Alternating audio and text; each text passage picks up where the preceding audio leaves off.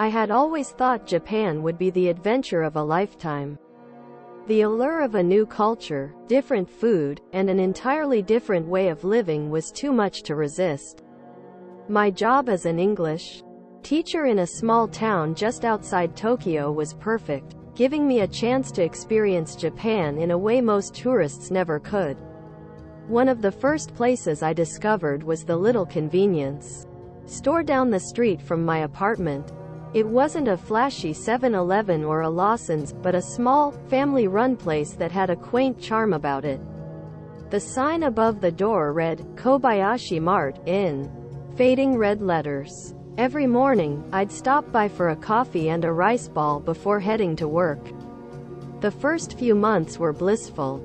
I quickly fell into a routine and started recognizing the employees at Kobayashi Mart. There was Yuki, the shy girl who always smiled and bowed deeply whenever I entered. Then there was Kenji, a friendly college student who enjoyed practicing his English with me. But then, something strange happened. Yuki disappeared. I asked Kenji about her, and he shrugged, saying she had probably gone back to her hometown. New faces replaced hers behind the counter, but they never lasted long. At first, I didn't think much of it. High turnover is normal in convenience stores, right? One evening, after a particularly grueling day at work, I went to Kobayashi Mart for some comfort food. A young man I'd never seen before was at the register. He looked terrified, glancing nervously at the trapdoor behind the counter that I had never noticed before. It struck me as odd, but I brushed it off as the jitters of a new job. I continued my nightly visits, and the pattern became impossible to ignore.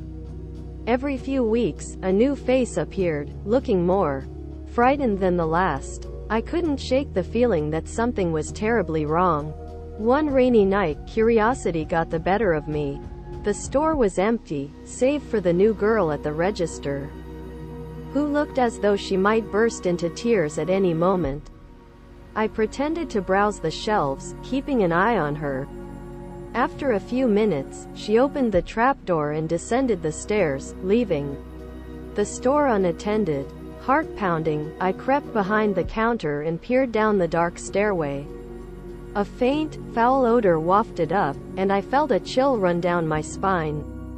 Ignoring every instinct to turn back, I carefully made my way down the steps, my footsteps muffled by the sound of the rain outside. The basement was dimly lit, and I could hear the girl sobbing quietly. As my eyes adjusted to the darkness, I saw her standing before a massive iron door, her back to me. The door creaked open, revealing a cavernous space beyond. She stepped inside, and I followed, staying as silent as possible. What I saw next will haunt me forever. In the center of the room was a grotesque creature, its enormous, bloated body covered in glistening scales. Rows of sharp teeth lined its gaping maw, and its eyes glowed with a malevolent intelligence. The girl stood frozen, paralyzed with fear.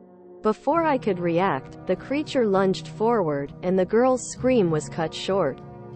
I stumbled backward, my breath coming in ragged gasps. I turned and fled up the stairs, my mind racing with terror. I didn't stop until I was safely back in my apartment, locking the door behind me. My hands trembled as I tried to process what I had just witnessed. Kobayashi Mart was a front, a facade hiding something monstrous beneath the surface. The next day, I called in sick to work, my mind consumed by the horror of the previous night. I had to do something, but what? Who would believe me? The police? The locals? Everyone seemed oblivious to the sinister truth lurking beneath their feet. Days turned into weeks, and the nightmares plagued my sleep. I avoided Kobayashi Mart, opting for a longer walk to the nearest 7-Eleven instead. But the guilt gnawed at me. I couldn't shake the feeling that I had to do something to stop this. Finally, I mustered the courage to return. The store looked the same as ever, but I knew better.